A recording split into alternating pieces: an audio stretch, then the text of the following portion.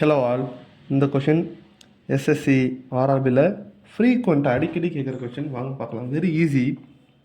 இந்த மாதிரி வந்தாலே வெரி ஈஸியானட்டு இருக்கு. இப்போ இங்கே இருக்க 9/26 அதை ரிவர்ஸ் பண்ணுங்கள். 26/9 வரும்.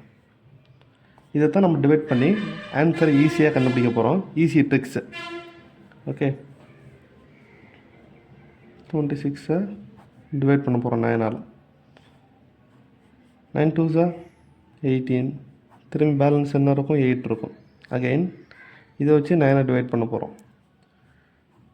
1s 8, 1 இருக்கும். Again 8, 8 8s 0. இப்போது இந்த டேர்ம் இதை இதில் போட போகிறோம்.